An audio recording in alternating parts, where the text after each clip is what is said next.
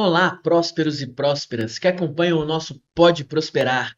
É uma alegria e uma honra recebê-los aqui para mais um episódio da série Horizonte Comum da Educação. Um tema muito bacana que estamos conversando com várias pessoas e só gente de peso. E no episódio de hoje nós vamos falar sobre saúde mental na educação. Um tema que, nesse tempo contemporâneo, tem afligido muitas pessoas. E nós vamos trazer isso para o contexto de escola. E para falar disso, nós vamos receber uma convidada especial, alguém que prospera nesse tema, Marina Mapa. E eu vou passar para vocês agora o currículo dela. Marina Mapa é especialista em desenvolvimento humano, inteligência emocional, liderança e relações interpessoais. Palestrante e mentora há mais de 15 anos, com treinamentos, formação de pessoas, comunicação e desenvolvimento socioemocional, impactando públicos nas áreas de educação, corporativa e ministerial. Possui pós-graduação em psicologia positiva e coaching, mentoria, liderança, autodesenvolvimento e secretariado executivo. Também tem formação em etiqueta profissional em Portugal e na Inglaterra, além de ampla experiência em oratória, desenvolvimento humano e treinamentos. Marina, Uau! é um prazer te receber aqui, seja muito bem-vinda. Obrigada, Samuel. Pode ficar à vontade, se você quiser se apresentar, falar mais alguma coisa. Aqui a gente vai bater um papo bem Muito bom. leve. Olha, para mim é uma honra, é um privilégio estar aqui com você, com a Prosperar, né? E eu amo isso, porque pessoas nasceu no coração de Deus, é um projeto de Deus, né? Então, eu amo trabalhar esse tema, é o meu propósito e prospero nessa área. Maravilha. Então vamos começar do começo. Conceitue Vamos para lá. mim o que que seria saúde mental. Uau! Bom, primeiro lugar, para falar de saúde mental, nós temos que falar sobre inteligência emocional, né? Nós possuímos uma mente, a nossa mente, ela é uma máquina poderosíssima, o cérebro é uma máquina muito poderosa, e saúde mental nada mais é que bem-estar, que alinhamento, que definição de propósito, de direção, e eu caminho muito nessa linha da palavra prosperar mesmo, né? Nada quebrado, nada faltando, tudo no lugar. Então, uma pessoa que tem uma boa saúde mental é uma pessoa que tem equilíbrio em todas as áreas da vida. Eu sei que é difícil, que muitas vezes a gente não consegue, mas o objetivo é esse, sempre caminhar nesse sentido, né? Interessante. Então é a saúde da mente e Da das mente e das emoções. emoções, exatamente isso. Maravilha, interessante. E hoje em dia, como que você vê as pessoas no dia a dia, como que isso tem afetado essa saúde mental? Bom, eu não sei se você vai concordar comigo, mas o mundo, as pessoas estão muito difíceis, exatamente porque elas se preocupam muito com o corpo, elas se preocupam muito com os bens, né? Elas se preocupam muito com coisas muito supérfluas para o que é realmente importante e necessário. E elas se esquecem da mente. E ao passo que nós nos esquecemos da nossa saúde mental, é, acarreta-se um monte de outras coisas, como, por exemplo, doenças neurológicas, doenças relacionadas à saúde mental. Então, quando nós pensamos em saúde mental e pensamos em como as pessoas estão, é só olhar para o mundo, é só olhar como que está aí fora. Infelizmente, nós temos visto que não que é desafiador, né? Que É, está desafiador. Mas eu ainda acredito que, ao passo que a gente propaga mais e mais sobre saúde mental, as pessoas melhoram. Tudo que as pessoas precisam hoje é de atenção, amor e escutativa. uau, A gente às vezes ouve, mas não quer escutar. Eu ouço porque eu quero responder. Eu não ouço porque eu quero compreender. Aí eu escuto, verdade. né? Mas, sinceramente, eu vejo que o caminho é esse: amar as pessoas verdadeiramente, entender que cada um vive uma situação diferente na vida, né? Eu sei que o Samuel tem alguns desafios, né, Samuel? Com certeza. Agora, você tem os seus, eu tenho os meus. Se eu puder te ajudar em alguma coisa, maravilha, mas se eu não puder te ajudar, eu acho que só o fato de eu te ouvir com atenção, de eu querer ouvir, que eu falo escutar. E é escutar, gente. Ouvir e escutar tem uma diferençazinha bem grande. Verdade. Ouvir é captar sons. Escutar é compreender, querendo entender o outro. É ser empático. Aí a coisa funciona. E Ah, melhora, maravilha. né? Melhora, e melhora muito. Com certeza. E falando hoje, a gente está aí com a internet, que as informações elas estão o Uhum. tempo todo na palma da mão, WhatsApp, cobranças, estresse, trânsito, todo mundo numa loucura de querer se provar, resolver problema, Isso. cada vez acumulando mais funções. Então a pessoa acaba negligenciando ou largando de vez a questão de cuidar da mente, e não pode. Exatamente. E o mais interessante de tudo isso é porque quando nós abrimos as redes sociais, nós estamos na era digital, né? E eu acho sensacional. Eu sou de 89, então faz o cálculo aí. Não sou tão velha quanto pareço, mas também não sou tão nova assim. Eu estou no meio termo. Os jovens me chamam de tia e os velhos falam que eu sou nova. Então tá mais ou menos assim. E aí, eu vivi algumas coisas, algumas transições, né? A galera dos anos 80, nós pegamos uma fase muito legal, porque eu sou da época do Discman, sou da época do Walkman, sou da época do vinil, mas eu também sou da época do Spotify, de outras plataformas, onde a música tem tempo real no celular. Então é muito legal isso, né? E aí vem uma outra coisa que tem sido inimiga da saúde emocional, as redes sociais. E eu falo isso por quê? Porque quando você abre as redes sociais, você começa a se comparar com o outro. Aí eu vejo a vida boa do outro, porque também tem isso, ninguém posta coisas negativas, né, nas redes Sim, sociais, e aí eu começo a me comparar. Poxa, mas a grama do vizinho, poxa, tá bem mais verde que a minha. verdade. E aí? Aí eu começo a negligenciar aquilo que realmente importa, que é a minha vida. É o cuidado comigo. Entendendo, gente, que as pessoas elas passam por processos, né? E nem sempre o processo do outro foi apresentado nas redes sociais, mas ele viveu e ele passou. E talvez alguns de nós nem conseguiríamos viver aquilo que o outro viveu. Então nós não chegaríamos onde o outro está mesmo. Ao passo que eu me comparo, cada vez mais a minha saúde emocional é negligenciada. Então essa é a parte ruim, muitas vezes, das redes sociais, né? Uhum. E isso é onde a gente tem que tomar muito cuidado, tanto a minha geração quanto as mais novas. Eu acredito que eu posso olhar, posso admirar, mas eu tenho que ter muito cuidado nesse aspecto, de entender que a minha vida é única, o meu propósito é único e as minhas tomadas de decisões, elas vão afetar diretamente a minha saúde emocional. Eu tenho que lembrar disso. Verdade, tem que estar sempre dando um cuidado especial, Sim. mesmo com a correria do dia a dia.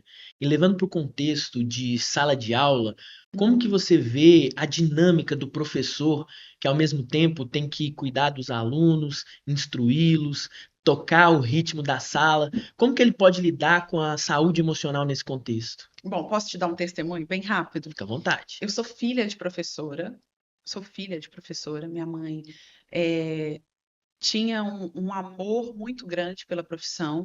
Inclusive, conheço poucas pessoas com um amor tão grande a ponto de adoecer quando não estava em sala de aula. Ela ficava mal quando não estava trabalhando. E assim, ela tinha que lidar com alunos com muitos desafios econômicos, relacionados à saúde mental também. E eu vim desse contexto. Então, eu cresci no meio de professores, e esse meio é um meio que sempre me chamou muita atenção. Mas o que que eu pensava? Minha mãe chegava em casa muito estressada, por vezes muito nervosa, e naquela época não se falava tanto no socioemocional, não se falava tanto em saúde emocional, não se falava tanto do cuidado com a saúde do professor. Porque o que que as pessoas pensavam? O professor é aquele que tem que dar conta. E tem que dar conta de tudo, dar conta dos alunos, das tarefas, de absolutamente tudo. Mas se esqueciam da mulher ou do homem por trás da capa de professor, né? Então, minha mãe chegava em casa muito estressada, muito cansada, por vezes gritava, e eu cresci nesse contexto. Mas, num certo momento da minha vida, sempre gostei de sala de aula também, e eu pensava assim, eu preciso de cuidar de quem cuida das pessoas. Quem que cuida desses professores? Quem que cuida da minha mãe? Das minhas primas, que também são professoras? Quem que cuida? E aí nasceu em mim um desejo enorme de me especializar no cuidado com professores, em cuidar de quem cuida com tanto amor Uau. das crianças, né, dos adolescentes, das pessoas que têm aí um futuro gigantesco nas mãos. Porque cada aluno ali tem um futuro e às vezes o professor não tem nem noção de onde aquele aluno vai chegar. Mas com uma palavra muda absolutamente tudo. Então eu vim desse contexto. Eu acredito que o professor ele precisa de cuidado e ele precisa de ser cuidado também. Então aí nasce a importância do cuidado na mente do professor. Ouvir, escutar, né, na verdade, escutar, amar, aconselhar e principalmente cuidar mesmo de todas as formas para que esse professor ele tenha o máximo de amparo, ele seja amado, porque é uma profissão, infelizmente, não muito bem remunerada, nós sabemos disso. Infelizmente. Não paga seu professor quanto ele merece, tá? Merece. Mas é uma profissão extremamente importante. Tudo nasce a partir dele. Sim. E é engraçado a gente olhar para isso e entender, poxa, como ainda existem instituições que não se preocupam com esses profissionais. É verdade. E dentro de sala de aula, existe alguma técnica? O que que você fala para o Uhum. professor para cuidar? O que que é realmente o autocuidado nesse contexto? Bom, você falou a palavra certa, autocuidado. Primeiro, o professor ele precisa de entender que ele precisa de cuidado. Que aí nós vamos falar de um assunto que provavelmente muita gente foge, que é o relacionamento com a sua mente. Opa, vou entender aqui. Eu vivi durante um período, um tempo onde eu estava muito estressada, irritada, muito sono, queria me isolar de qualquer jeito.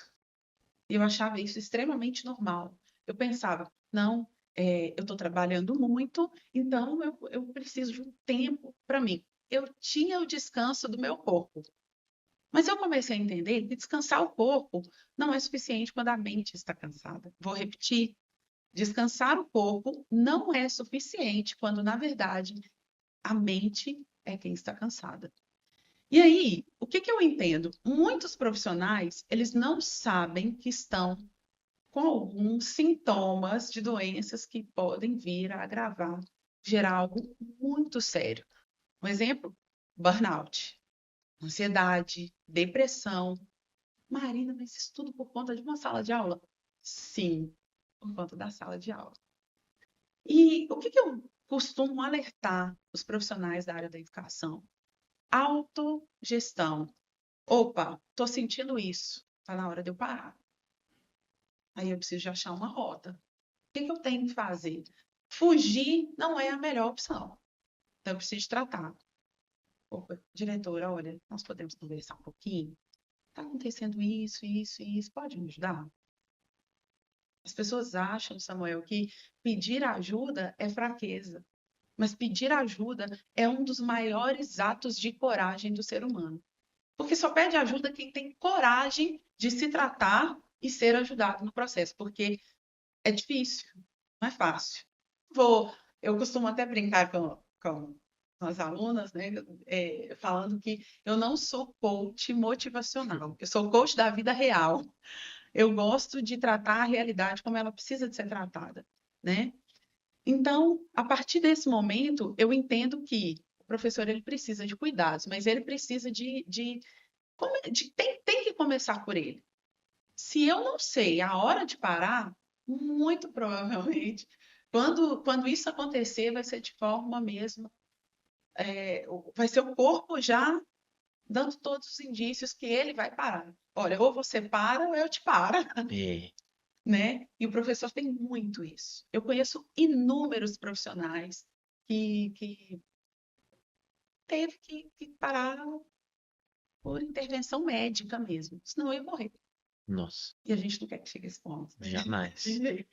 E como que a direção, a coordenação podem, de alguma forma, criar uma rede de apoio? Porque, pelo que eu vejo, a escuta ela é muito necessária. Isso que Sim. você falou de empatia, às vezes a pessoa, enquanto ela está ali conversando, ela está aliviando. Uhum. Realmente, uma boa conversa é um alívio para a mente. Mas como seria essa rede de apoio? Bom, primeira coisa, nós temos que entender que dentro da gestão escolar, né, que dentro da escola, existem outros profissionais também que a diretora precisa de trabalhar, né? Inclusive a própria diretora. A própria diretora. Direção da escola, eu sempre avalio que quem está. A ordem hierárquica, ela sempre vai. Tem que começar pelo topo. Então, tem que começar pelos diretores. Eles precisam também de serem ouvidos, eles precisam de atenção também, porque é quem recebe a maior carga, Sim. né? Então, o que que eu acredito? Primeiro, reuniões periódicas, ouvir com atenção, ter uma escuta ativa, ouvir querendo ouvir o seu professor, não ouvir porque, ai, mais um desabafo, ai, meu Deus. Nossa, lá vem, ô, professora, todo mundo tem problemas, tá? Seu aluno difícil não é exclusividade sua. Poxa. Verdade. E é interessante que nisso tudo que você está falando, de escuta ativa, muitas vezes a gente consegue resolver problemas, porque a pessoa está sentindo uma carga, às vezes pela quantidade de trabalho, às vezes pela Sim. quantidade de função. Então, quando tem essa escuta ativa, é possível reorganizar a rota, né, Aham. dar alívio para a pessoa. Às vezes tudo que a pessoa precisa é de um tempo para se organizar em casa, porque está passando por alguma situação, Sim. porque esse acúmulo de funções é igual a gente estava conversando no início, quando a pessoa ela se sente pressionada demais, ela acaba surtando. E aí a gente não Isso. entende, né, que o É. surto é o corpo já não sabendo mais lidar com as emoções e a pessoa às vezes sai de si. Às vezes a gente até Uhum. taxa a pessoa, infelizmente, de maneira errada. Essa pessoa é louca, surtou, mas na verdade foi ali a falta de um cuidado, de uma Uhum. escuta. Exatamente. E tem um ponto que é interessante a gente tocar, é que, como eu falei, por trás da profissão existe um ser humano. Existe uma pessoa que tem muitas vezes um casamento, que por vezes está enfrentando um divórcio, que é mãe atípica, que é mãe solo, né? Ou uma pessoa que tem que lidar com diversos problemas, no seu contexto familiar. Eu conheço vários professores que são pais atípicos, filhos autistas, de, de, de diversas formas, a pessoa tem que saber lidar com isso. Então, é muito simples as coisas. Eu vejo tudo como muito simples. Nós complicamos muito porque, às vezes, Samuel, tem muita gente que não quer resolver o problema. Infelizmente, Infelizmente. né? Tem gente que não quer resolver o problema. Tem gente que quer botar a poeirinha ali debaixo do tapete e, ó, maravilha. Mas essa não é a melhor forma. Então, o que o professor precisa, muitas vezes, é de ser ouvido, é de conversar, é de poder desabafar. Às vezes, na sua rotina, ele não tem ninguém para isso. Então, assim, só o fato dele poder sentar, conversar, ter alguém para escutar de forma efetiva, querendo ouvir, aconselhando de maneira empática, porque também tem isso. A empatia, para mim, é um dos maiores pilares do ser humano, de um bom ser humano. É ser empático. Então, peraí, Samuel, o que está acontecendo? Em que eu posso te ajudar? O que que eu posso te ajudar hoje? Vamos lá. Olha, preciso de ajuda, porque isso. Às vezes, só isso já dá aquele alívio, Uhum. né? Então, saber levar as cargas uns dos outros alivia muito. Vocês já repararam que quando você está fazendo, eu não sei, mas isso é muito coisa, mulher faz muito isso, né? A gente entra no supermercado e compra mais do que consegue carregar, né? Eu já fiz muito isso. Aí entrei e tô com aquele monte de sacolas ali, e aí vem alguém e fala assim: deixa eu te ajudar. Continuou pesado, mas agora eu tenho ajuda. Uhum. Agora o peso, os 50 quilos, já não são mais 50, 25. Já melhora ou piora? Bem melhor. Bem melhor, né? Então, E o peso ainda é melhor porque quando você recebe ajuda, a empatia de alguém, parece que desperta algo dentro da gente que a gente fica mais feliz ainda. sim, isso gera, atrai e gera muitas outras coisas boas. Então, quando alguém vem me ajudar a carregar sacolas do supermercado, eu penso assim, poxa, nem precisava, mas parou um tempo para me ajudar. Olha que gentileza. E eu acredito que a solução para o mundo hoje é amor, gentileza e empatia. Amar, porque eu sou extremamente amada e a gente precisa entender isso. Por mais que você não se considere, você é, né? E isso é importante lembrar. Gentileza, porque assim como nós desejamos, nós precisamos de fazer também. O mundo fica mais fácil quando nós ajudamos uns aos outros. E empatia, eu me coloco no lugar do outro. Sem julgamentos, sem preconceito, eu me coloco no lugar do outro, porque eu não sei o que o outro está passando. Mas eu sei que um dia eu já precisei também. É verdade. Então, isso é tão bom. E eu acho que dentro desse contexto escolar, muitas vezes o que o professor precisa, é só desses minutinhos, é sentar, é ser ouvido, é ter a consciência de que ele verbalizou aquilo que ele está sentindo. Eu não tenho problemas com quem fala muito, mas eu fico muito atenta com quem não gosta de falar quase nada. Denuncia, né? Porque normalmente são pessoas. Você já viu aquele balde cheio que tá a Uhum. gotinha ali, ó? Pronto para derramar. Tinha para derramar. Quem fala muito, normalmente a pessoa. Tô falando quem se aconselha mais, né? Uhum. São pessoas que naturalmente elas tendem a não andar com muitas cargas. Uhum. Agora, tem muita gente que não fala nada, não quero incomodar. Gente, ou frasezinha terrível, Samuel. É. O tal do não quero incomodar. Como é que você sabe que você está incomodando? É, às vezes ouviu muito isso na infância, né? Já vem com Sim. esse preconceito de que tudo é incomodar. Que inclusive é uma coisa que a gente tem que quebrar muito, né? Paradigmas e Uhum. preconceitos. Sim, Falando de saúde emocional, falando desse sócio emocional, porque o sócio aí também vem a sociedade, né? sociedade. Então é uma Aham. construção em conjunta. Se a gente está falando em contexto escolar, é um grupo focal, são rodas de conversa, e isso, inclusive, vale a pena colocar os estudantes para participarem. Sim. Teve, não só os estudantes, como os pais também, né? Algumas semanas eu participei de uma. Foi uma homenagem para o Dia das Mães em uma CMEI em Nova Serrana. Muito interessante, porque os pais, eles não tinham noção do quanto eles precisavam daquilo, de ouvir sobre inteligência emocional. Eles não entendiam o tanto e o quanto os professores precisam de ajuda. Que o professor, ele é um agente. Eu falo que o professor, ele é o sócio dos pais. É a sociedade perfeita com o bem comum, o aluno.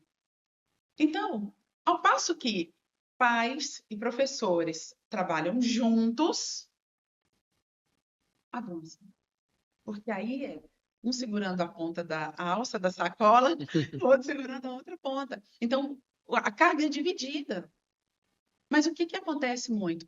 Professores com sobrecarga, pais com sobrecargas, de fato, e alunos extremamente difíceis e problemáticos. E aí vai refletir onde? Na sociedade. Nós não chegamos no ponto que a nossa sociedade está hoje à toa. Muitos traumas foram negligenciados dos pais, dos professores, refletindo nas crianças. Triste, mas é real. Agora, tem como mudar? Obviamente que tem. Obviamente que tem. Como que a gente transforma isso? Tratando da nossa mente. Uau, Cuidando da nossa mente. Se eu cuido do que está aqui dentro, o que está por fora flui. Se eu cuido da minha mente, o que está por fora eu consigo administrar. Normalmente, pessoas com uma boa saúde mental são pessoas que fluem bem no resto das coisas, em todas as áreas. Não estou dizendo que é fácil, que não é. A vida não é fácil. Mas eu estou dizendo que é possível melhorar a qualidade de vida se você cuidar da sua mente, com certeza. né? E a gente teve outros episódios aqui nessa série de podcast, e é interessante porque eles falavam muito sobre escola viva, sobre uma gestão que incluísse pais, professores, alunos, os diretores. E quando a gente fala nessa inclusão, a gente está falando de sociedade. E a sociedade ela precisa se atentar para isso, porque, igual você falou nessa reunião que você deu exemplo, realmente a sociedade como um todo ainda não despertou para isso. As pessoas elas deixam para lá, elas não cuidam, elas não se preocupam, não buscam uma terapia.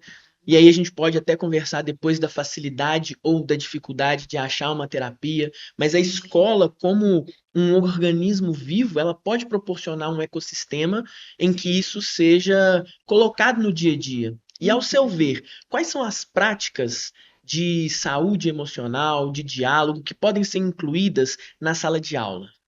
Bom, a primeira coisa sempre é o que você acabou de falar, diálogo. Comunicação é a base de todas as outras coisas, né?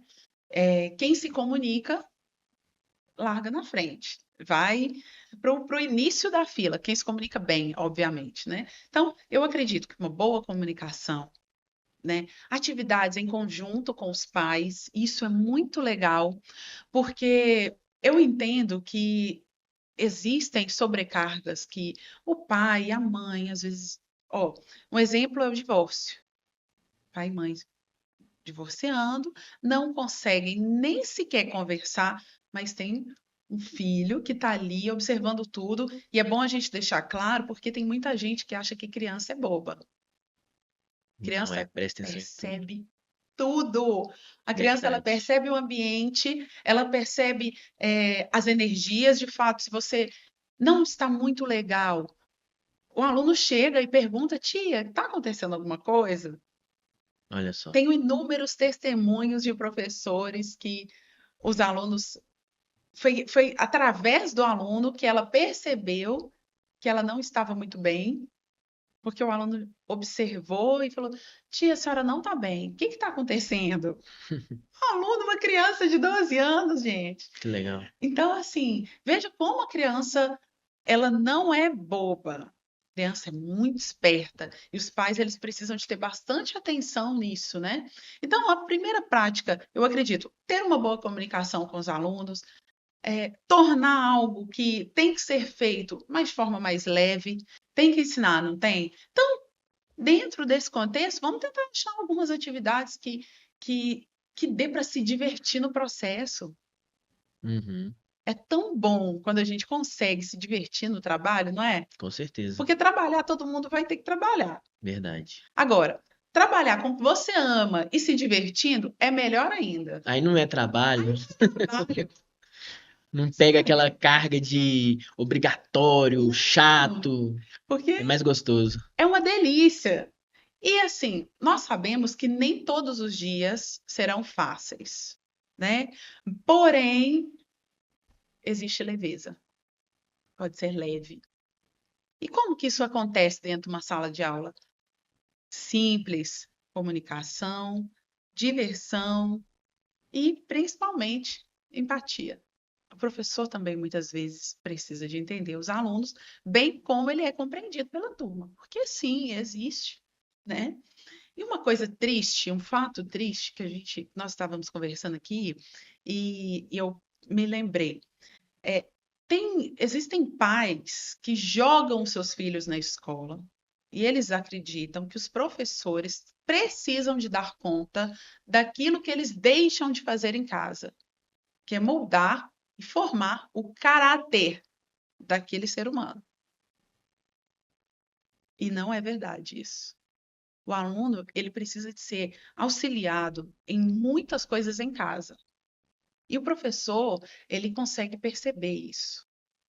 Nós já vimos inúmeras histórias, inúmeros relatos de professores que conseguiram perceber abuso, perceber situações onde o aluno ele estava vivendo extremamente com problemas graves mesmo em casa, como, por exemplo, não se alimentava, e isso é muito sério. Então, eu acredito sempre na parceria de pais e alunos comunicando-se bem, exatamente por causa disso.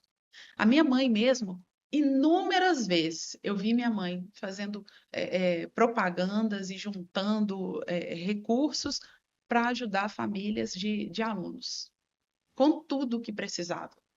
Às vezes o aluno chegava sem um caderno. Ah, esqueci, tia. Não, não esqueceu, porque não tinha.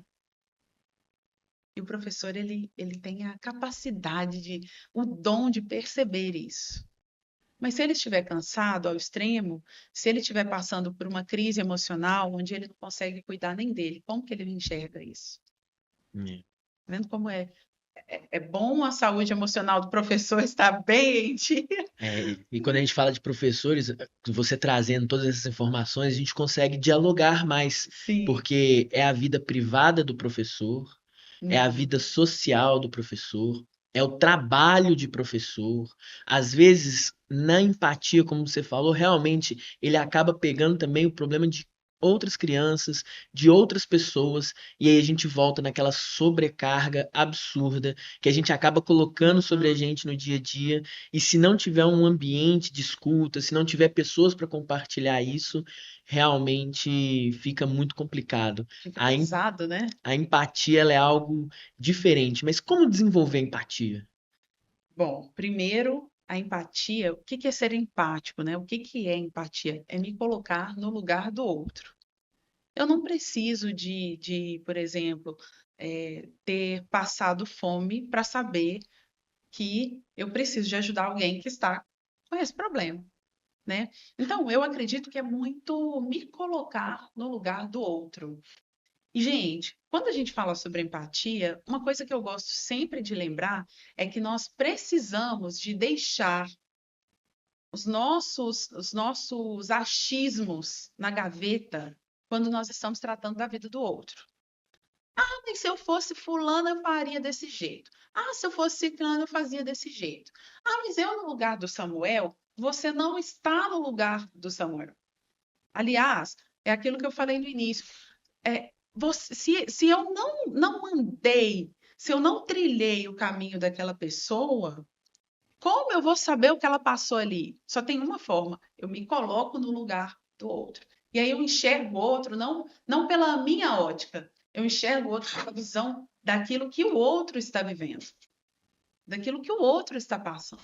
E é maravilhoso quando você se coloca no lugar de alguém, entendendo que você não é perfeito. Eu sempre pergunto isso para as professoras, sempre. Quando todas as minhas palestras eu faço a mesma pergunta e quem já participou de alguma palestra minha ou é meu aluno ainda sabe disso. Qual é a primeira pergunta que eu faço? Vocês são perfeitos? Vou te perguntar, Samuel, você é perfeito? Não sou. Se você for, não tenha medo de falar. Às vezes a pessoa se considera, né? Tem gente que se coloca nessa posição de perfeição. Não é, eu sou perfeito. Não é. A única vez que achei que estava errado é quando eu achei que estava Tá errado. errado. Exatamente. Então eu faço essa pergunta. Vocês são perfeitas? Aí, levanta a mão aí para mim. Quem é perfeito?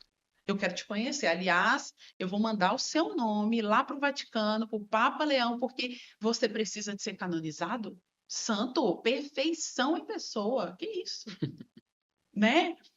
E aí todo mundo responde a mesma coisa. Não, não sou perfeito. É mesmo? É.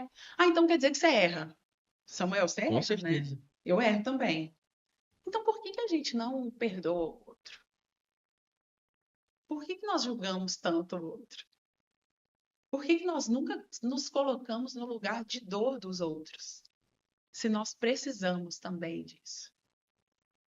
Então, estender a mão, ser empático, prestar atenção na dor do outro, não é simplesmente esquecer dos meus problemas, mas é entender que um dia eu também vou precisar disso. E não Interessante. seria tão mais gostoso se hoje eu pudesse te ajudar a carregar suas sacolas do mercado, sabendo que amanhã eu posso entrar no mercado e ter alguém para me ajudar também, Verdade. né? Então eu não espero nada de ninguém, nada. É não esperar nada de ninguém, mas é saber que aquilo que eu doar, certamente um dia eu irei receber. É. Então, eu acho que vai muito nessa linha. E por isso que eu amo tanto a educação, amo tanto o ensino, amo tanto os professores, porque são pessoas que se doam muito em prol de um futuro que nem pertence a eles. Verdade. Para construir um ser humano, né, no seu âmbito intelectual, socioeducativo mesmo, e que de fato eu nem sei se eu vou usufruir daquilo que aquela pessoa vai gerar um dia, mas eu construo. É um investimento na vida de alguém que não vou receber nada em troca. Verdade. Mas o salário do educador, do professor, é sempre esse, o reconhecimento de que ele fez a sua parte, de que ele contribuiu. É maravilhoso, né? Maravilhoso. E trazendo essas reflexões, eu fico pensando que às vezes muitas pessoas elas acabam se tornando individualistas e isso atrapalha elas de se colocarem no lugar do outro. Porque às vezes elas pensam, ninguém se coloca no meu lugar, então por que que eu vou me preocupar com o outro? E aí a Uhum. gente tem esses problemas de sociedade, aí volta os pesos, os atritos desnecessários. E aí a Sim, gente entende que a sala de aula também é um ambiente para ensinar isso para as crianças. Igual você sim. falou, os pais têm um papel fundamental, mas nem todas as crianças vão receber isso em casa. Então a escola É. acaba se tornando um ambiente para ensinar um pouco de empatia, da importância de viver em sociedade. É o que a gente chama de Uhum. formação cidadã. E eu vou te fazer uma pergunta. Quando você era criança, qual era o seu sonho? Você queria ser. A gente sempre pergunta isso para criança, né? É, Quando você crescer, você quer ser o quê? Qual a profissão que Samuel olhava e pensava assim, ah, eu quero ser isso? Você nossa, lembra? Não é, tem tanto tempo, você é jovem. que isso, criança já faz Tô 20 puxando o saco para anos. voltar, não, tá, gente?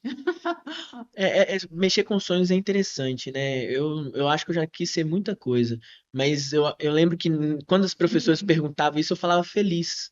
Eu não pensava em Em profissão, eu profissão? queria ser feliz, realizado, viajar o mundo inteiro, era isso que eu queria ser quando crescer.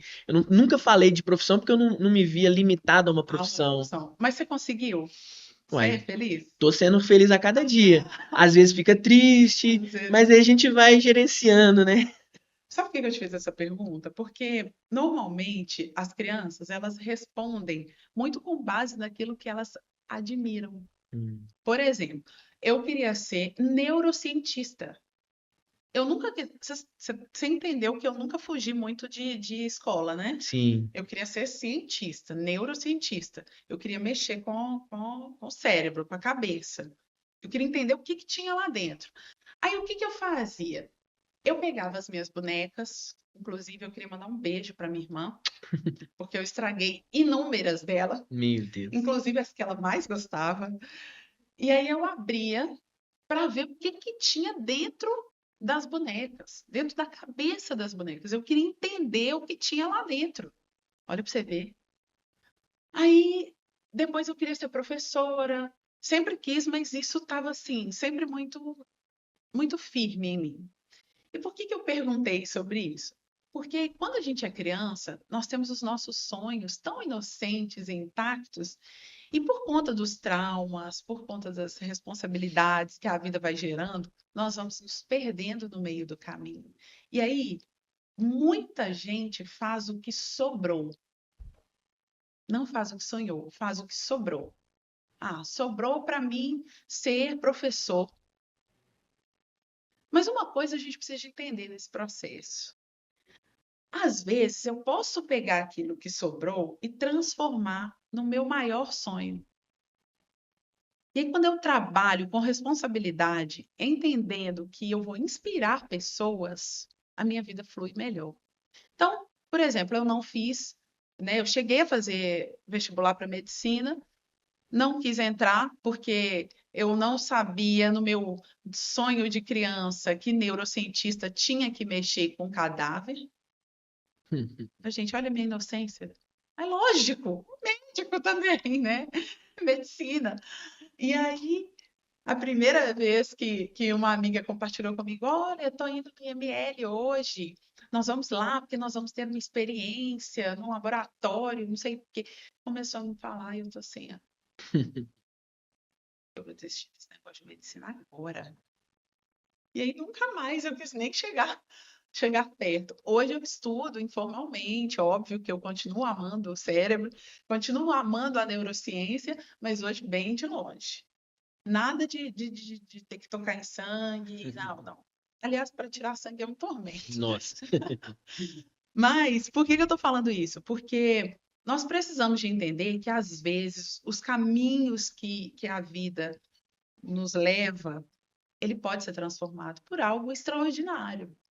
E aí eu preciso de ter um pouquinho só de, de, de amor próprio para falar assim, bom, eu não estou aonde eu sonhei estar, mas eu posso chegar lá.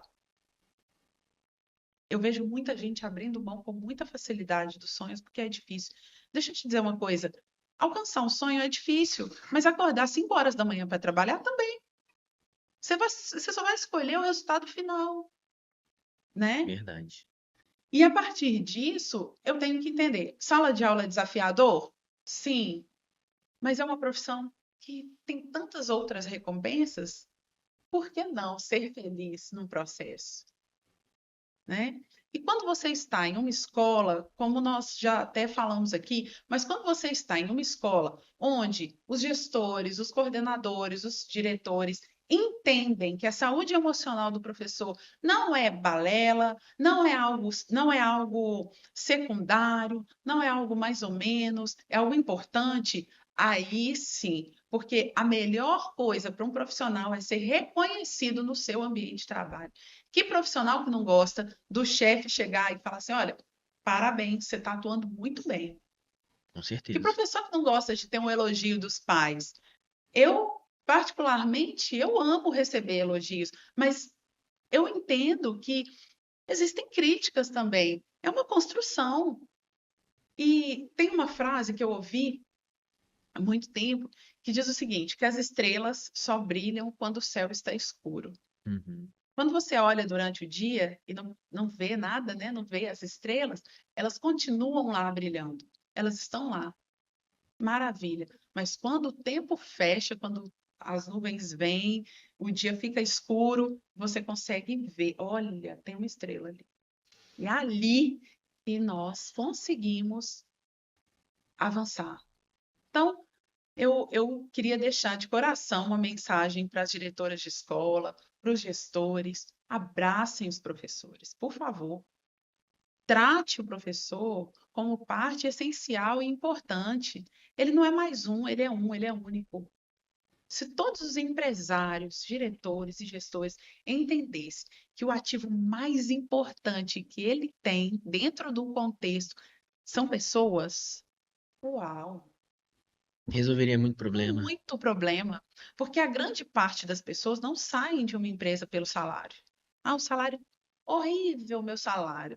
Não, porque se a gente for parar para pensar, a maioria dos salários quase os mesmos. Por que que Sim, eles saem? Eles saem porque não são valorizados, eles saem porque não são ouvidos, eles saem porque eles não conseguem eh, se mover com leveza dentro do ambiente. Pessoas saem sempre por pessoas, na maioria verdade. das vezes.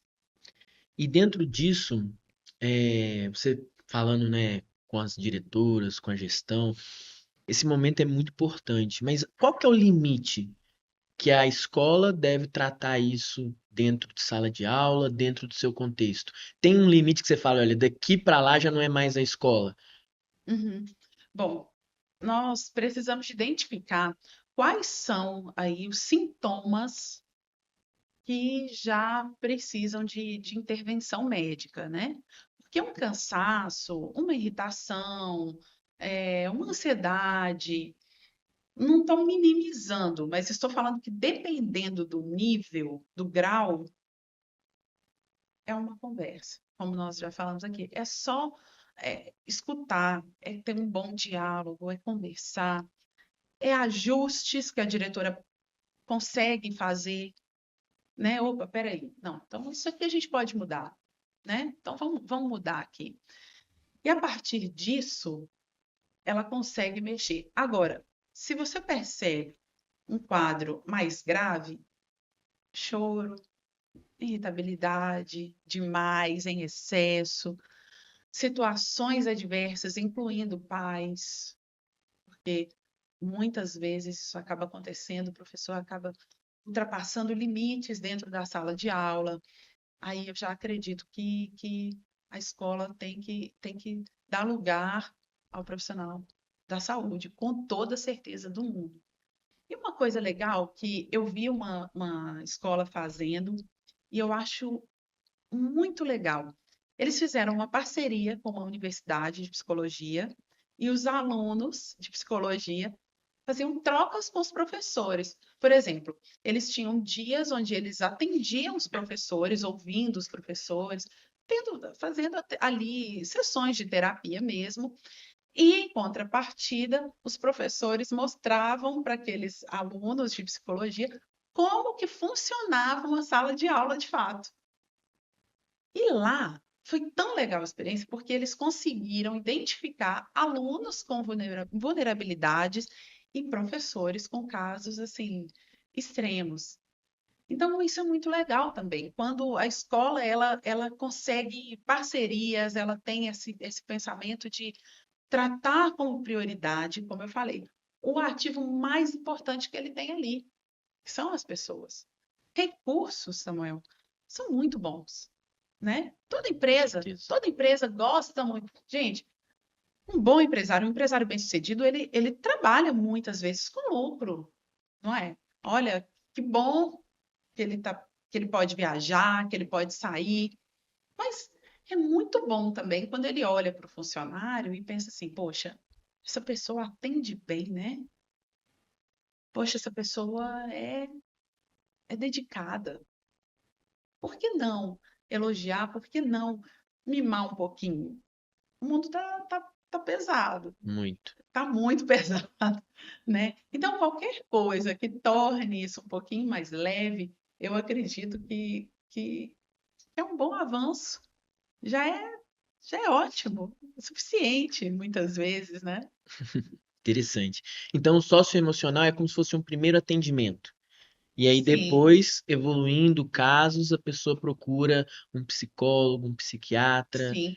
Pelo socioemocional, a gente já consegue direcionar, né? Por exemplo, nós temos reuniões onde nós incluímos dentro dessas reuniões temas muito importantes, como inteligência emocional, autocuidado, autodesenvolvimento, que trata diretamente com o ser individual de cada profissional. Ok, isso já é um caminho. A partir dessas reuniões, os próprios profissionais começam a entender se eles precisam ou não de avançar para uma terapia, de avançar para um cuidado psiquiátrico. Ele já consegue identificar isso. Eu tenho inúmeros casos de pessoas que, por meio das nossas palestras, conseguiram entender que estavam ali nas últimas gotinhas do balde Nó. e que, se não parasse, iria poderia piorar, agravar a situação. Então, o que que eu falo? O socioemocional, ele é muito importante nesse contexto, porque ele direciona. Ele direciona o ser no tocante à sua mente, à sua saúde emocional, à sua saúde mental, ao seu autodesenvolvimento, né, ao autocuidado. E a partir daí, ele já consegue identificar. Não, peraí, eu preciso de parar. Eu preciso me cuidar. né? Isso aqui está me afetando mais do que eu imaginava, então é hora de dar um tempinho. E aí isso é muito bom. Então, o socioemocional, ele direciona o profissional naquilo que ele realmente, de fato, ele precisa, que é esse cuidado. Sensacional. E como que o socioemocional se relaciona nas particularidades das pessoas com deficiência? Uau, muito bom. Primeiro, nós precisamos de entender que o professor, não em maioria, mas alguns profissionais, eles não conseguem ainda identificar alguns tipos de aluno, né? Alguns, por exemplo, nós temos profissionais dentro da escola que ele ainda não consegue lidar com o autismo. Então, as escolas precisam de investir nisso, né? E ao passo que a escola investe nisso, investe no profissional para se qualificar em relação a isso, já conseguimos lidar muito melhor. Por quê? Porque o socioemocional, ele vai tratar sobre isso. Agora, como que eu cuido de alguém? Como eu entendo as particularidades e auxílios que eu preciso de dar para alguém se eu não consigo me enxergar? Então, a primeira coisa que o socioemocional faz é tratar com o profissional. Depois que ele trata com o profissional, nós já conseguimos avançar para o trato com os alunos, principalmente esses alunos que estão inseridos em muito bom isso, porque a exclusão nunca é um caminho, a inclusão é o melhor caminho, né? E aí a gente começa a tratar com os professores em relação a esses alunos. E aí o socioemocional, ele ensina o professor a entender o aluno, a entender é, os pontos onde o aluno precisa mais de apoio, e aí flui muito melhor. E quais são as ferramentas que vocês utilizam geralmente? Além da escutativa, quais são os exercícios? Sim. Bom, o primeiro exercício que eu gosto de tratar é o autodesenvolvimento. E principalmente autocuidado. Então, estou sentindo isso. Eu costumo brincar, eu falo que mulher só fica 5 dias normal. Nós passamos 5 dias apenas no âmbito normal do ser humano. Por quê? Porque nós temos muitos hormônios. Aí é TPM, olha, é tanta coisa que a mulher vive, né? E eu falo muito de mulher porque ainda é uma área dominantemente, predominantemente das mulheres, né? A sala de aula ainda Uhum. nós temos poucos professores homens, e a partir daí, o que que acontece? Saber por que que eu estou sentindo aquilo. Então, eu vou me conhecer. O autoconhecimento também é importante. Ah, então peraí, eu estou irritada, mas por que eu estou irritada? Não, gente, eu estou de TPM hoje. Vou dar um descontinho. O que que eu posso fazer para aliviar essa TPM? Não, nossa, já sei por que que eu estou tão cansada. Eu não estou dormindo bem. Eu tenho que trocar o meu travesseiro. Entendi. Então, saber identificar os pontos onde cada um precisa de ajuda. Agora, o profissional, ele consegue identificar isso? Consegue. Mas a pessoa mais importante da sua vida precisa de ser você. E às vezes, eu falo muito isso, como eu falei na palestra do Dia das Mães, eu perguntei para elas: quem é a pessoa mais importante da sua vida? Ah, o meu filho. É o seu filho? É o meu filho. Eu falei: mentira, não é a pessoa mais importante. Mas como assim? Eu falei: não é a pessoa mais importante. Porque a partir do momento que você se deixa, não se cuida para cuidar do outro, deixa eu te falar onde isso vai parar. Vai chegar num ponto que você não vai conseguir cuidar nem de você e nem dele. A pessoa mais importante da minha vida precisa, primeiro lugar, ser eu. Porque se eu não me cuido, como é que eu vou cuidar dos outros? E tem muitos professores que se anulam no processo para cuidar dos outros. E aí o que que acontece? Adoece. Adoece na mente, adoece no corpo, acaba não conseguindo mais voltar para a sala de aula. Nós já tivemos inúmeros casos. E graças a Deus, muitos nós conseguimos contornar e a pessoa conseguiu ficar muito bem e voltou a dar aula. Porém, o que que eu percebo?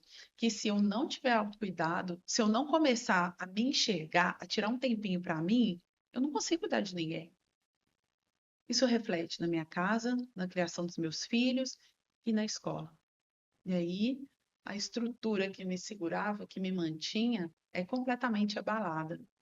Então, eu sempre dou essa dica para todos os professores, todos os profissionais da educação: se cuide, se ame a ponto de falar assim: hoje eu preciso de fazer a minha unha, hoje eu preciso de hidratar o meu cabelo. Coisas simples do dia a dia que nós vamos anulando para cuidar dos outros. Por quê? Porque o seu filho, ele cresce se inspirando, não é no vizinho. Seu filho, ele não vai crescer olhando para a vida do Justin Bieber, sei lá de quem, eu não conheço, hoje eu não conheço muitos cantores pop atual, mas ele não vai olhar para o cantor. E é triste se ele crescer se inspirando num cantor. É Uhum. muito bom quando o seu filho pode, ou o seu aluno, principalmente aluno, porque, olha, eu não sei você, mas eu tenho nomes de professoras que eu tive desde os 5, 6 anos. Eu sei o nome dessas professoras e por quê? Porque elas marcaram a minha vida, Verdade. sabe? Elas conseguiram marcar a minha vida e cada uma dentro daquilo que eu tive de fase. E olha que eu não fui uma aluna fácil, confesso, não fui. Eu fui diagnosticada com TDAH logo na infância. Então, minha mãe teve um desafio que era: eu preciso saber lidar, porque é hiperativa. Então, ela aprende muito rápido e a partir do momento que ela aprende, ela acha que ela pode fazer bagunça. Peraí. Lá em casa era rédea curta, era rédea Ainda curta. mais filha de E filha de professora. professor. Não, e detalhe, eu estudei muitos anos na mesma escola que minha mãe dava aula, gente. Nossa. Então, qualquer problema que tinha, não era a Isaura, professora, que estava ali, era a Isaura mãe. E as professoras achavam-se no direito de chamar minha mãe a qualquer momento. Você vai cuidar da sua filha, que ela está aprontando. Meu Deus. Deus do céu. Gente, mas eu juro que eu melhorei. No ensino médio, eu melhorei. Eram os hormônios. As bagunças de criança. Bagunça de criança. E aí, eu me lembro que a minha mãe, ela trabalhava o dia inteiro, eu ficava na casa da minha tia, que era em frente à escola, e eu tinha que decorar a tabuada, eu tinha que fazer cadernos de caligrafia, e aí eu fiquei muito entediada, comecei a escrever com a outra mão. Então, praticamente eu sou ambidestra. Hoje eu não treino muito não escrevo muito com a esquerda, uso mais a direita, óbvio, mas eu consigo fazer com as duas, consigo escrever com as duas, porque eu estava entediada. Então, minha mãe, ela eu não vou tirar o mérito dela, porque o galardão foi grande, foi grande, né? Mas algo que eu vejo, que eu percebo, é justamente isso, né? O seu filho, ele vai se inspirar em você. O seu aluno, ele está de olho em você. E daqui a alguns anos, ele vai falar: nossa, que saudade da tia fulana de tal. Uhum. Nossa, que saudade. Eu vejo, há um tempinho que eu não vejo mais as amigas da minha mãe, né, que foram as minhas professoras, mas que saudade eu tenho da tia Lúcia, Joana, Célia. Gente, marcou a minha vida na infância. Quantas coisas nós nos lembramos da infância, Verdade. né? Principalmente quando chega na idade que eu tenho já estou com 37. Então, obviamente que é só o que marcou muito. E por que que professores marcam muito? Porque eles tocam numa área onde muda a nossa vida, a educação. A educação muda a nossa vida, né? Realmente. Transforma. E nesse contexto, falando de escolas, escola viva, né, gestão Hum. participativa, você acha que esse ambiente de escola, de forma como ele é organizado, os horários marcados, a rotina, às vezes até como a sala de aula é organizada ali nas carteiras, nas cadeiras, no mapa de sala, você acha que isso contribui mais para estressar o aluno e o professor? Ou você acha que não? Olha, eu sou uma pessoa que eu amo rotina. Eu gosto da rotina e eu gosto da disciplina. Então, eu acho que tudo é muito bem pensado. Porém, eu não acho que seja o mais importante. Então, eu acredito que, é, às vezes, dependendo do contexto, dependendo do que tem sido trabalhado com os alunos, não tem problema nenhum mudar. Aliás, é muito bom. É bom para os alunos, é bom para o profissional, é maravilhoso. Quando nós podemos mudar até a forma das cadeiras mesmo. Hoje nós vamos fazer uma roda. Gente, isso é maravilhoso. Sai da rotina. O aluno ama isso, né? O professor, ele vai começar a perceber que isso ajuda no desenvolvimento do aluno muitas vezes. E hoje, diferente de antigamente, as ferramentas são outras. Isso é uma coisa interessante da gente falar, Samuel, porque tem muita gente que acha que, ah, não, a minha geração foi assim, deu certo assim, então eu vou fazer assim. É um grande erro. Porque eu, por exemplo, não fui criada na geração digital. Eu não nasci na era digital. Então, o digital, ele foi fazer parte da minha vida muito mais tarde. Agora, hoje, as crianças já nascem no digital. Então, é muito difícil você pedir para um aluno ir para uma biblioteca fazer uma pesquisa acadêmica. Ele não vai fazer isso. Por quê? Porque ele nasceu na era digital. Ele vai usar recursos digitais, óbvio. Não sei se na sua época de escola foi assim, mas na minha tinha vários trabalhos, por exemplo, com cartolina. A gente comprava cartolina, tinha que recortar as letrinhas, as revistas. Hoje tem gente que nunca nem foi a uma banca de jornal, que nem sabe que jornal existe. E pensa assim, que isso aí, hein? Né? Revistas são digitais, jornais são digitais. Então, nessa era do digital, o professor ele tem esse desafio de deixar a mentalidade antiga, pegar uma mentalidade nova e entender, poxa, a minha era hoje, a era da educação hoje, ela está no digital. E aí eu preciso de começar a entender a importância disso para o meu dia a dia. Porque o aluno do digital, ele não é o aluno de antigamente que gostava e precisava de fazer recortes no jornal, por exemplo, nas revistas. As pesquisas eram feitas de formas diferentes. Então, eu acredito que, em primeiro lugar, o professor ele precisa fugiu a palavra, mas ele precisa de se atualizar na era qual ele está inserido. Então, eu tenho que entender, se eu estou na era digital, eu vou ter que trabalhar com digital. E aí eu vou usar a linguagem que alcança os meus alunos.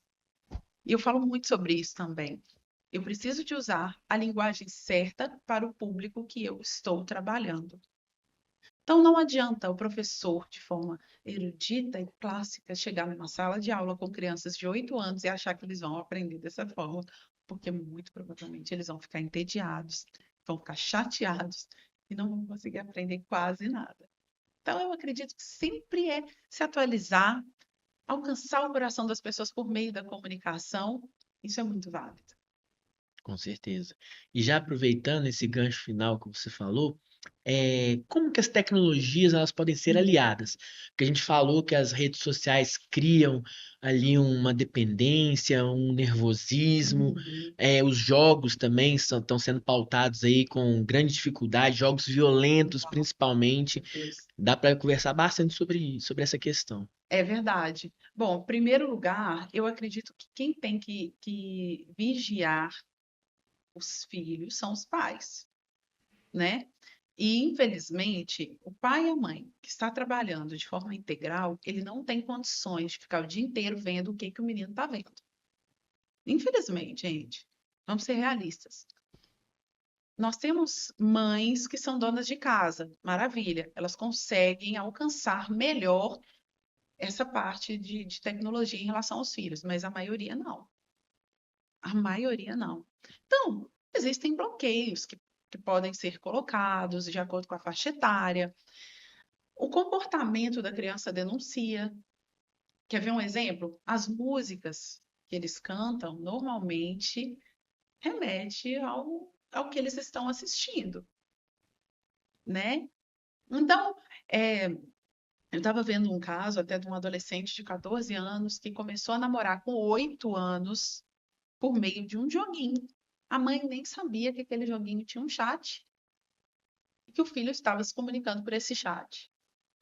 E aí ela nunca não percebeu, obviamente, e aí, infelizmente, aconteceu uma situação muito triste, né?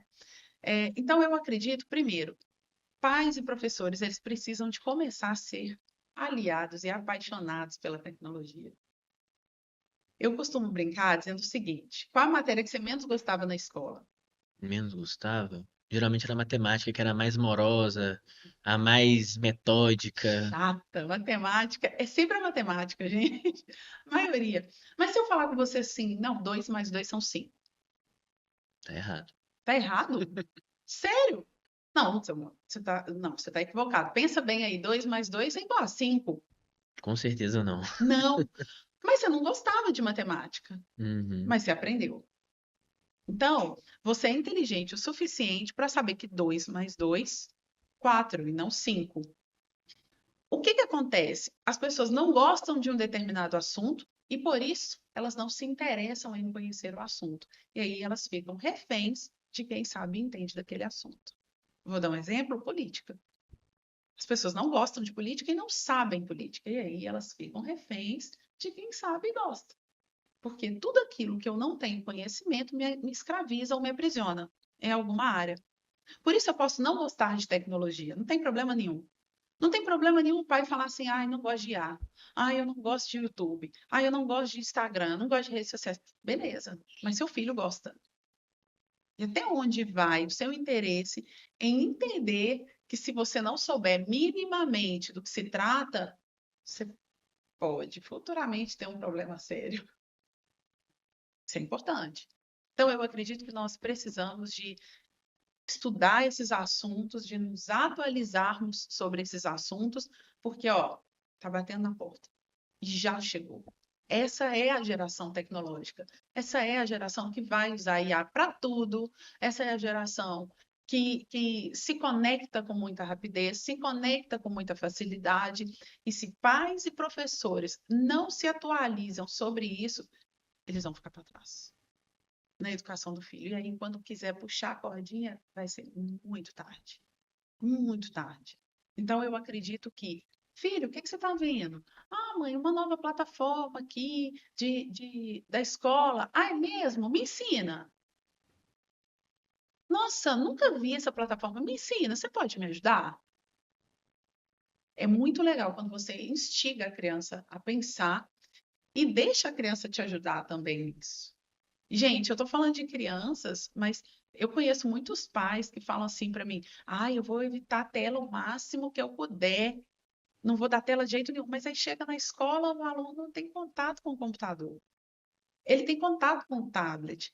Tem escolas hoje no Brasil que funcionam 100% no computador. Não existe nem daqui a uns anos. O que que vai ser caderno? Caderno, caderno do tempo do meu avô. Então, é necessário que a gente se atualize, né, e entenda que nós nascemos nessa. Nós nascemos, não, mas nós estamos inseridos nessa era digital. Então, isso é muito bom. Quando a gente torna aliado, a gente sabe do que se trata, a gente pesquisa melhor e entende que é válido, vale a pena e que não vai ter como escapar. Os nossos filhos estão inseridos nesse contexto. É verdade. Tem jeito. Acaba que tudo volta para a escuta, para o diálogo, para as Sim. relações, para a sociedade, para a cidadania. É bem Muito. interessante porque a educação realmente é o pilar, é a base do que forma a nossa sociedade, o ser humano, as nossas relações interpessoais.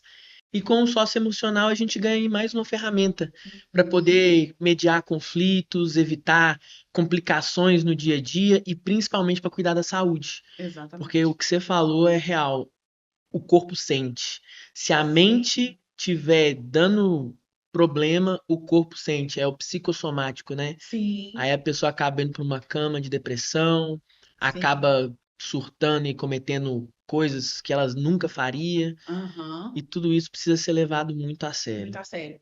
E tem uma coisa que nós precisamos de entender, que é o seguinte: a partir do momento que, antigamente, eu vou marcar uma hora com a minha terapeuta. Ah, eu vou marcar uma hora com o Samuel, porque eu preciso conversar com o Samuel. Antigamente era tudo muito presencial, olhando nos olhos, era aqui, ó, pele. Hoje, nós não temos mais nem a desculpa de que a pessoa não pode atender, porque não tem horário. Na era digital, algo que aconteceu de muito positivo foi o online. Então, eu consigo ouvir o outro de qualquer parte do mundo, aonde ele estiver. Tá precisando de alguma coisa? Não liga a sua câmera aí que eu quero te ver. É isso. Isso é tão bom. É tão bom. Eu não sei, eu particularmente gosto, porque agora acabou-se as desculpas. Uhum. Ah, eu não tenho tempo de ir até tal lugar. Não, dentro da sua casa você consegue conversar. Dentro da sua casa hoje você consegue ter uma sessão de terapia. Isso é maravilhoso. Então só não cuida da mente quem não vê importância nela. Mas uma hora ela para. E quando ela para, meu amigo, eu vou te falar, é, é perigoso, é muito perigoso. Então eu sempre aconselho o seguinte: as pessoas saberem lidar com o fato de que você precisa de ajuda. E isso é muito bom, né? Entendendo que o socioemocional é um fundamento importante para a vida. Maravilha. Uhum. Eu vi. Aí Vou a gente pegar também água. já vai pros finalmente. Não, tô aqui com a minha, acabei que não bebendo. Como é que nós estamos indo, gente? Sensacional. Maravilha. Devia rechear essa sacanagem. É recheado, É né? recheado. Ah, Um é com queijo, não sei se tem o de frango, mas tem um ali que é frango. De frango é menos mal, né? Já tem uma proteína. essa parte de treino é com ele.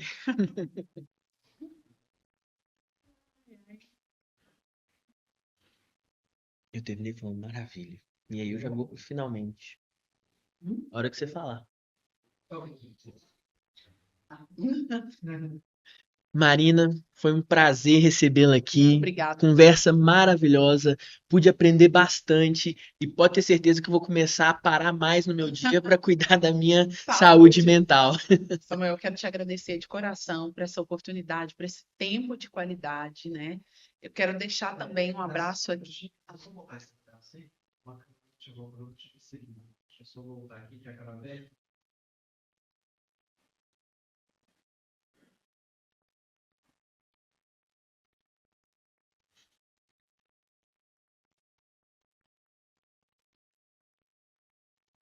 Qual câmera que não tinha funcionado? Sim,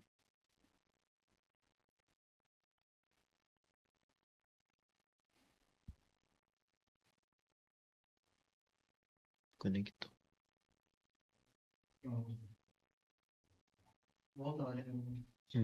Ah, nossa, agora é difícil lembrar Do quê?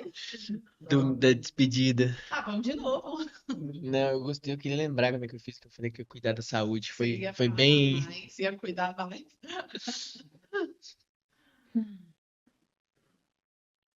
Marina, é isso. Um prazer recebê-la aqui. Foi uma Te conversa agradeço. maravilhosa. Pude entender muito mais sobre essa necessidade do cuidado, né, da saúde mental. Pode ter certeza que agora eu vou dar uma parada durante o meu dia a dia para poder cuidar da minha saúde mental, analisar como é que tá o meu humor, a minha Isso mesmo. irritabilidade Porque senão a gente e acaba descontando em quem não merece, né? exatamente. Ninguém E esse merece. é um assunto que realmente reverbera não só na sala de aula, mas também em toda a nossa sociedade.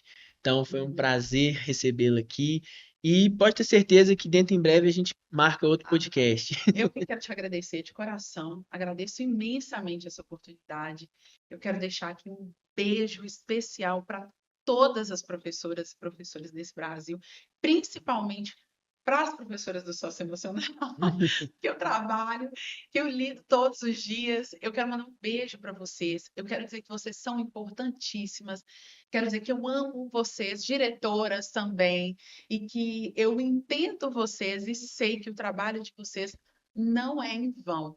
Então, nós estamos partindo para a construção de algo grande, né?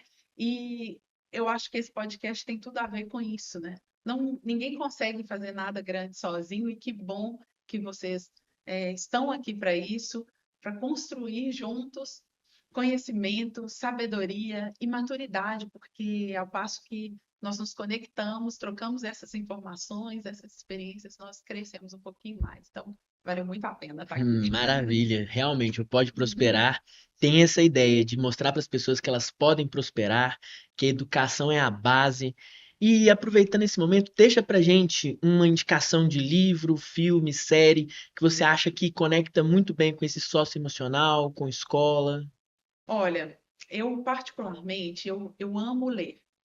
E isso foi culpa da minha mãe, porque tudo que a gente queria, ela pedia resumos de livro, ela sempre incentivou a leitura, mas a minha leitura atual, é, hoje, é a Bíblia. Eu leio muito a Bíblia, muito.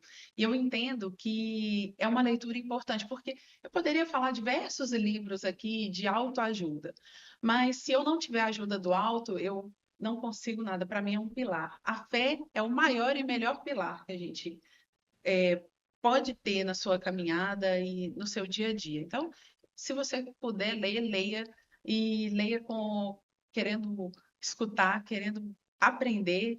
E eu quero deixar essa indicação mesmo, porque de todos os livros que eu já li na minha vida, esse foi o que mais trouxe resultados diários. Porque é o único que se pode ler na presença do autor. Então, é isso. Maravilha. E vocês, prósperos e prósperas que nos acompanharam até aqui, meu muito obrigado. Não percam os próximos episódios dessa série sensacional, Horizonte Comum da Educação. Siga o nosso canal, compartilhe, curta, comente. Vamos levar essas palavras, todo esse ensinamento para o máximo de pessoas possíveis. E lembre-se, você também pode prosperar. Um grande abraço e nos vemos no próximo episódio.